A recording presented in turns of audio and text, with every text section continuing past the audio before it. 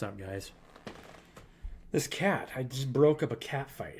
I have this black neighbor cat, this big, puffy black neighbor cat that always comes in and eats. I don't know. Do you guys think I should let him? He's a nice cat. He's nicer than my cat. He's nicer than my cat is a demon. Louis? Yeah. Oh, He'll lay on your lap, get in your lap, and you do one thing wrong. yeah, you just move wrong and he'll bite you.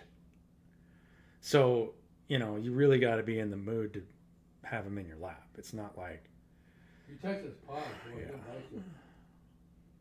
So they're out there meowing. They were like this far from each other, and they're just howling at each other. So I went outside, and I just got right in between them. I was like, "What's the matter with you guys? Why can't you guys get along? What is the matter?" And Louis started backing, and he's like, "Hey." I was like, "Don't piss at me, buddy. I'm worse than you are." And then he come back down. Oh, go shit. What happened to that yellow cat? There used to be a yellow cat over there too. Huh? I haven't seen him. He's real skittish. You can't get close to him. Yeah, I don't know if that's a stray or that's living next That to him. might be Anyway. your honest cat So- too. I don't know. So I was going to do a shamanic journey with you guys today. I don't think I'm going to do it by the end of this video. I want to talk about the Morrigan. I had a dream about the Morrigan about 2 weeks ago, and it was the same time another reader started talking about the Morrigan. And then she posted something else today talking about one aspect of the Morrigan. So I would like to talk about who the Morrigan is from top to bottom. What's the Morrigan? Mythological creature, right? Before I do that, I want to read this because it just came on. I want you guys to weigh in on this if you guys have, and let me know in the comments how you guys feel things are going, right? I just saw a video. I just sat down. I was just sitting down on TV, watched a video. Trump was just online announcing Project Stargate, the biggest AI project in the world. And he's got the CEO of Oracle standing next to him and the CEO of OpenAI, right? All the big money players are coming out. They're like, because everyone, knows that, if you can get people swallowed into AI, then they want all that. They see Trump as the guy that's going to invest them to make them money because their corporations are faltering, right? They're all got their butt cheeks clenched. And I'll tell you why. Don Stone, conflict, the conflict chick on LinkedIn. Look her up. She's a super cool gal. I love Dawn Stone. I had a podcast with her a couple of years ago. You can see it on my other YouTube channel, I Am the Fool. I don't use that channel anymore and don't upload any more videos, but it's still active. Excellent. She's super cool. Love Dawn. Helps run a charity in Nashville, I believe. Anyway. Peacemakers, let's have an honest conversation. Employee trust is on the line. According to a recent report by Business Insider, return to office mandates are sparking tension, reducing engagement, and creating rifts between employers and their teams. Pair that with the decline in employee engagement in the U.S., and we have a trust crisis that needs our attention now. But here's the good news. You have the power to rebuild trust, engagement, and connection in your workplace by deciding to take intentional action. Let's break down how you can address why trust is the foundation of employee engagement over the next 30 days. And so I had to make a comment. I stopped reading there and I had to make a comment. You guys can like my comment or dislike my comment. I don't care. I don't know about you, but the last advice I would give anyone is to continue to be an employee. Either work for yourself or learn how to work with others and create balance. I'll be doing both of the latter. And leave that corporate system to burn to the ground. It needs to, and everyone reading this knows it. Right? I mean, let's be honest. Right? Is that the future of civilization? Living in someone else's corporate world? No.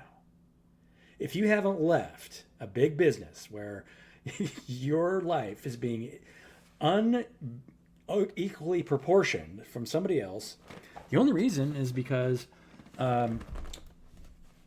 fear, right? You don't trust that the universe will support you, right? Those systems don't love you. They just want to use your energy, right? So let's talk about the Morgan, shall we? Who's the Morgan? It takes a lot to learn about yourself to really understand, what, because the Morgan, we really haven't seen an embodied of the Morgan in the world, right? I mean, Angel of Death. Angel of Death shows up. She's death. That's why the whole pantheon fears her, because nobody's got anything on the Morgan, right? The Morgan is death. But the Morgan loves you. You say, how's that? How can the Morgan be death and love you at the same time? It's because now the Morgan loves you in a neutral way. I should say that, right? Because you fall out of balance in any way, and it'll push you towards death. You're not out of balance. So how do you do that, right? How do you create that deep of balance and not die? Well, that's the only way that you live, is by dying continually over and over and over. That's why she is life and death, right? You live by dying over and over and over, and when you try and stay the same, then you slowly die.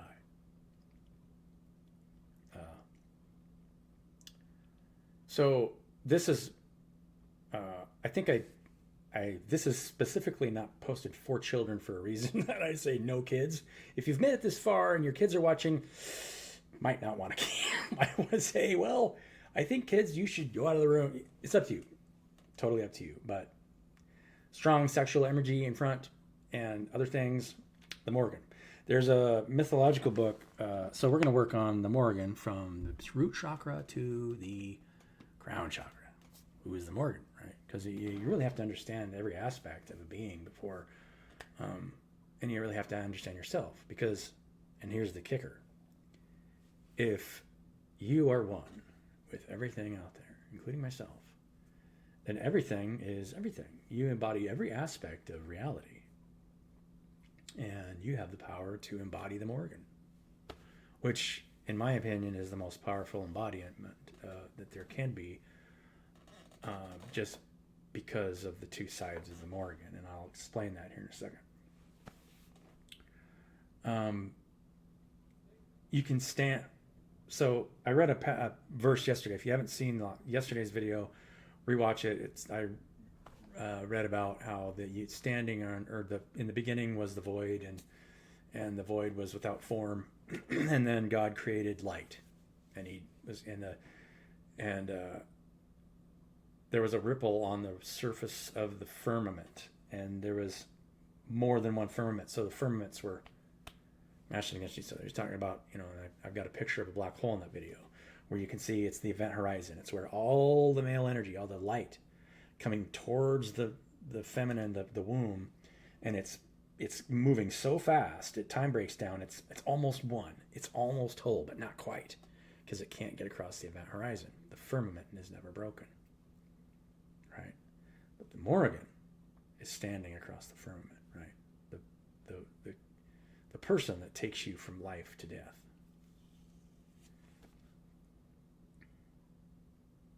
So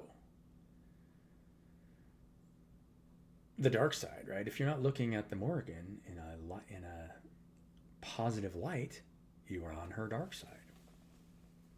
So if you misunderstand this world in any way, where you think that one thing is good and one thing is evil, it pulls you into some kind of attachment to it. And the Morgan is completely unattached to anything, right? There is nothing that the Morgan is attached to. But it knows everything, because it has to be a part of everything, because it is crossing the firmament. Creator and creation, right? That creator is creating creation, and that's happening who knows how many times a second within our own bodies, right? Trillions, billions, I don't know what number. It's an infinite number, right? It's infinite. It's happening. You're blooming from the inside out. And the rate at which you are in your creative energy versus your receptive energy, and how fast they'll switch back and forth, is your frequency. right? How high is your frequency? That's all that is. People say, well, raise your frequency. It just means that the periods between your active and resting starts to balance out and then shorten. So you can, take micro rests and stay busy. And sometimes your sleep patterns change, right? You're constantly changing and evolving, right? You guys are. I'm sure you guys are doing this. So let's look at the root chakra, the Morgan's root chakra. How is the Morgan's root chakra? You're detached, but you're everywhere all at the same time. It means you don't have any negative interpretations of any of the world around you. Because if you did here, then it would manifest here in your root chakra, right? So you would have a negative opinion about, India or China, who knows, Russia, I don't know, Czechoslovakia, Istanbul, I don't know. I guess it's not Istanbul anymore, right? It's, I forget. Anyway, root chakra, you're grounded, that's where you feel safe. And if you don't feel safe in any way, you're not balanced in your root chakra, right? Or if you feel like you're going to go somewhere and you're out of balance, it means I talked about this in the last video. So obviously the Morgan feels pretty safe everywhere since it's the thing crossing the firmament. Constantly allowing things to die and be reborn over and over and over. How fast does that happen to you internally instead of, constantly being reborn in every second, right? Every moment. And how does that look for your sacral chakra? See the shake, sacral, right? How you feel sexually about your environment. Well,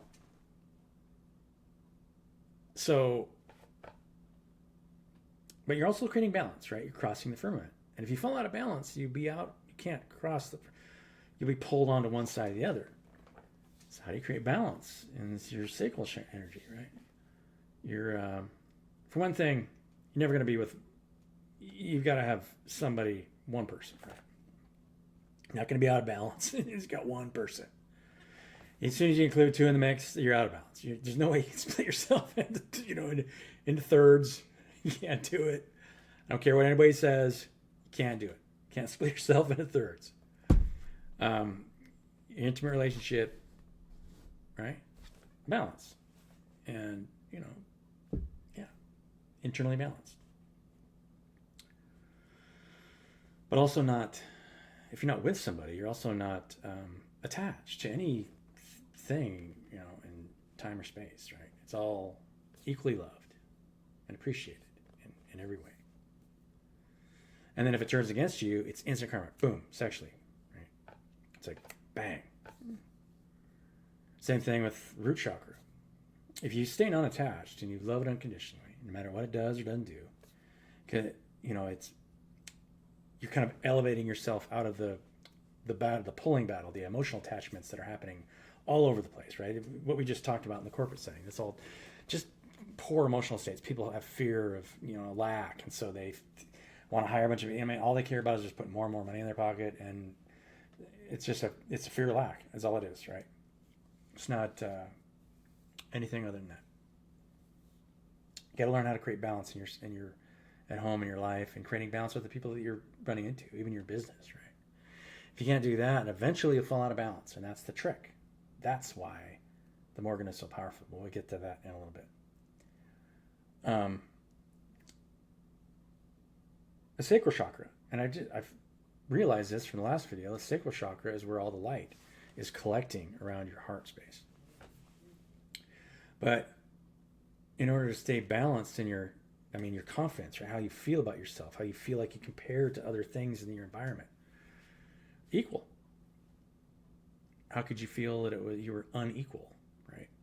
Everything is growing. However, the Morrigan,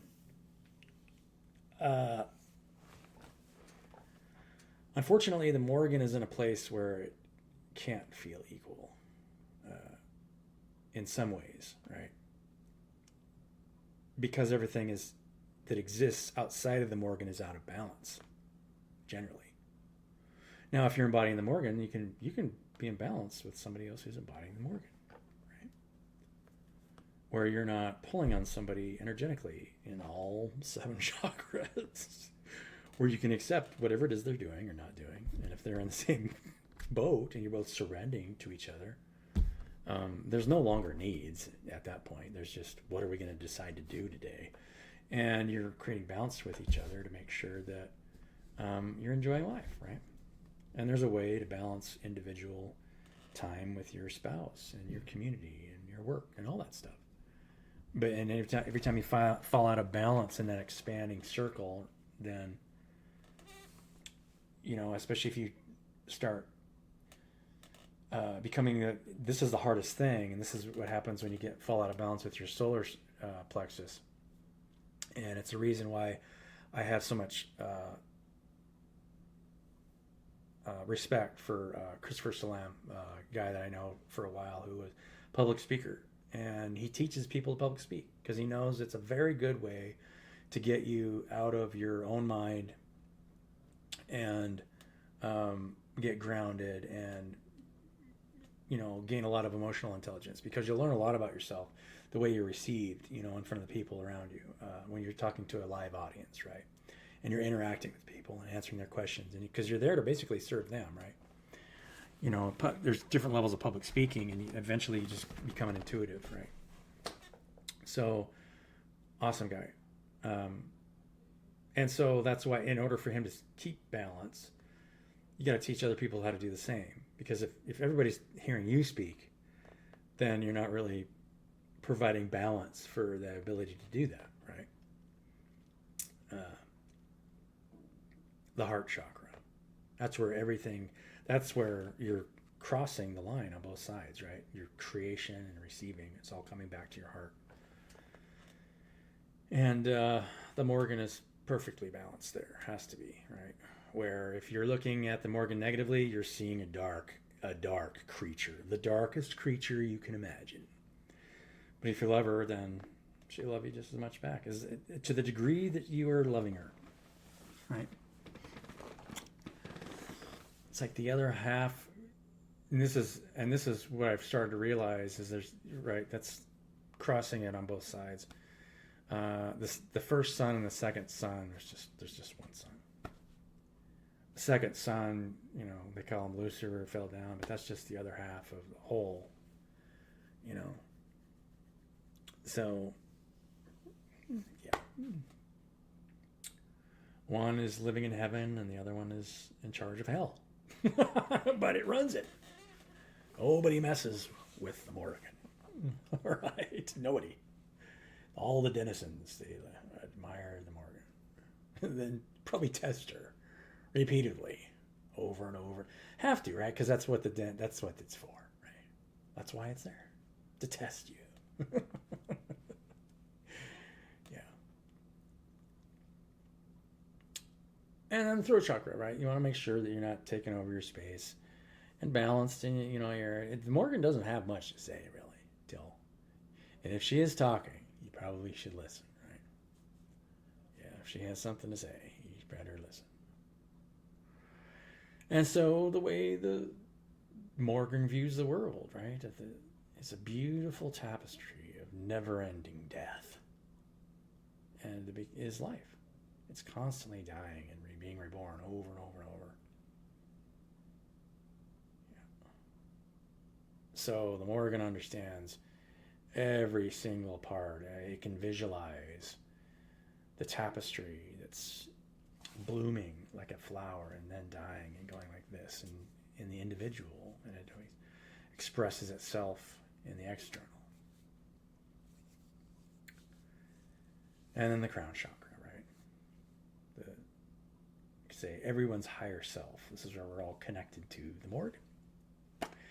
And depending on your ability to channel the Morgan, depends on your own self-knowledge and ability to detach emotionally from anything that will pull you out of balance.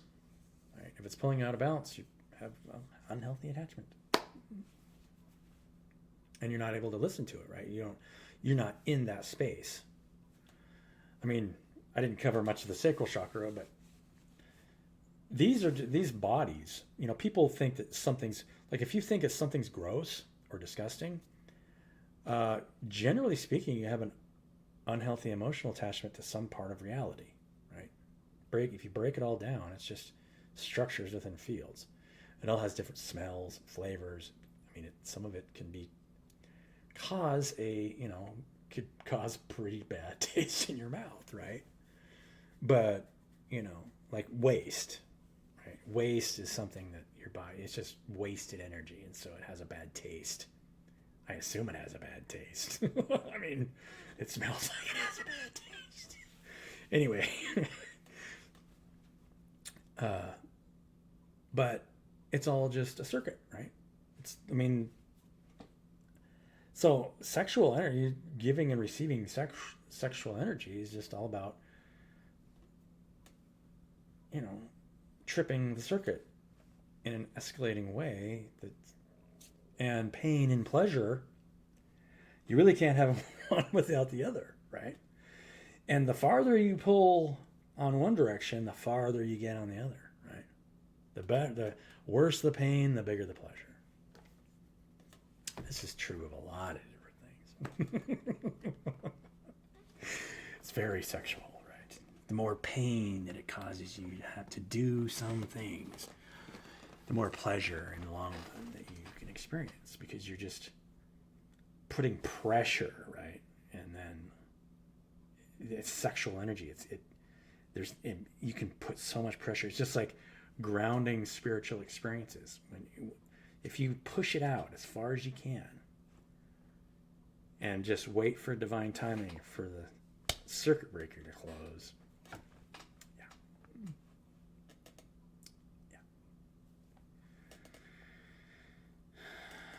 So the Morrigan is exactly like, there's a series of books, and I can't remember his name. I was going to look. Luke Daniels, I think, is his name. Hold on. I'll look it up for you guys. Read these books. They're some of the best fantasy books. And the Morrigan is one of the main characters. Luke Daniels is a mystical novels with the Morrigan.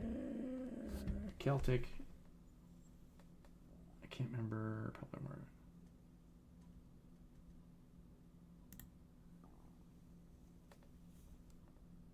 It's all Celtic lore. But the Hounds of Morrigan. Pat O'Shea. I don't know. You guys look it up. I'm not seeing his books here, but he basically gets tortured sexually by the Morrigan, the whole books. I mean, every time. And since the Morrigan is both light and dark, the Morrigan basically tears him down, tortures him to death, and then heals him over and over and over. Right? The more pain, the more pleasure. Just tortures him and heals him constantly. Yeah.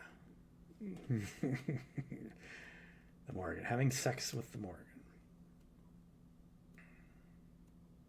Knowing that, and that these are just circuits, right?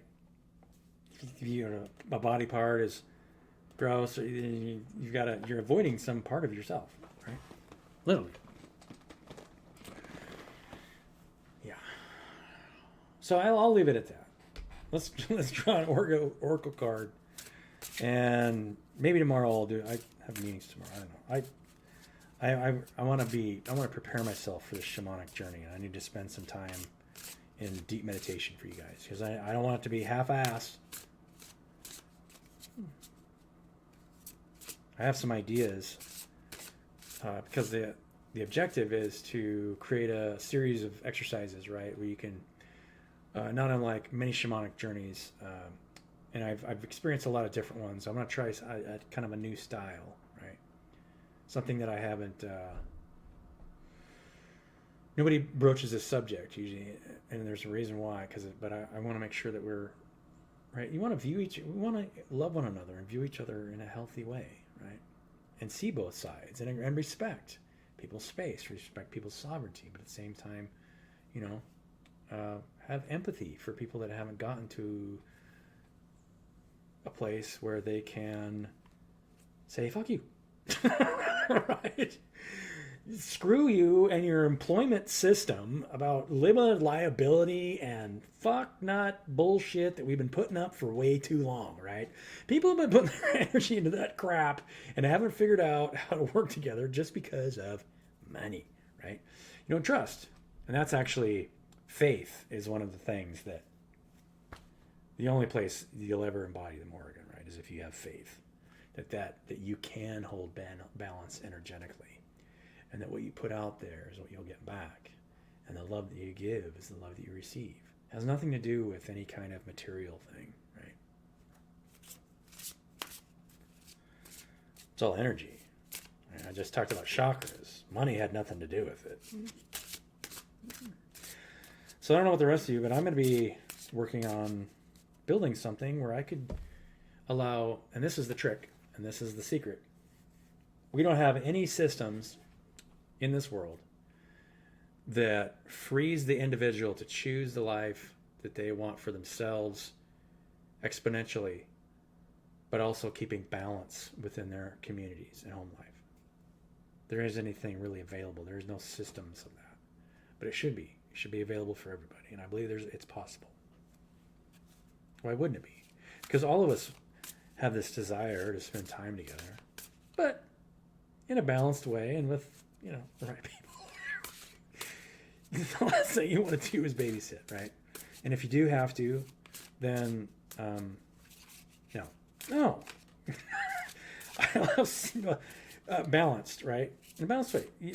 We all have community needs, and that you have to have, you have to be able to balance the needs of the community. You have disabled, elderly, children, yeah, for sure. Emotions. More on emotions. Let's get one more card. Okay. Dealing with our emotional attachments, maybe. What are our emotions telling us? Our intuition.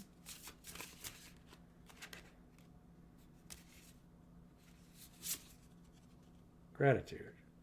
Be grateful. That's a great card. And we should be grateful for one another, because regardless of how out of balance we are, we should be grateful for the whole experience. God knows I've been out of balance so much. I mean, who knows? I have no expectations of anybody. I can work with anybody, right? I have faith that everything will just work out. But nobody, but you gotta have faith, right? If you don't have faith, you gotta have faith.